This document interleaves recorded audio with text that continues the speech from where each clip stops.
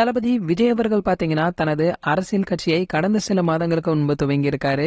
அதாவது அரசியல் குறித்து தனது படங்களில் அவர் பேசி வந்த நாட்களில் இருந்து அரசியல் கட்சிகள் மூலம் தளபதிக்கு பலவிதமான பிரச்சனைகளுமே இருந்து வந்திருக்கு. குறிப்பாக சொல்லணும்னா தலைவா, சர்கார் மற்றும் மெர்சல் ஆகிய திரைப்படங்கள் வெளிவந்த சமயங்களில் இருந்து பெரிய பிரச்சனைகள் தளபதிக்கு எதிராக கிளம்பி இருக்கு. அரசியல் கட்சி துவங்குவதற்கு முன்பே இப்படி இருந்திருக்க நிலையில தற்பொழுது அரசியல் கட்சியை துவங்கி இருப்பதால கண்டிப்பாக கோட் படத்திற்கு தமிழகத்துல பாத்தீங்கன்னா அரசியல் கட்சியின் மூலம் குடைச்சல் கொடுக்கப்படும் என எதிர்பார்க்கப்பட்டிருக்கு. அதாவது கோட் படத்துடைய ரிலீஸ் தேதி நெருங்கி வரும் நேரத்தில் படத்திற்கு எதிரான அரசியல் கட்சி ஒன்று செயல்பட்டு வருவதாக ஒரு சில தகவல்களுமே வெளிவந்திருக்கு. குறிப்பாக சென்னையில் உள்ள பிரபலமான திரையரங்குகளில் விஜய் சாருடைய பேனர்கள் வைக்க முடியாதபடி அதனையுமே அகற்றியிருக்காங்க. மேலும் இது அந்த இடங்களில் போக்குவரத்து நெரிசல் ஏற்படுத்துகிறது என்பதன் காரணமாக இதனை அகற்றியிருக்கிறார்கள் என சொல்லப்படுகிறது. ஆனால் மறுபக்கம் பாத்தீங்கன்னா இதுவரை எந்த நடிகருடைய படத்திற்கு அந்த பேனர்களை அகற்றாமல் தளபதியுடைய படத்திற்கு மட்டும் ஏன் இப்படி செய்ய வேண்டும் என ரசிகர்களுமே கேள்வி கேட்டிருக்காங்க.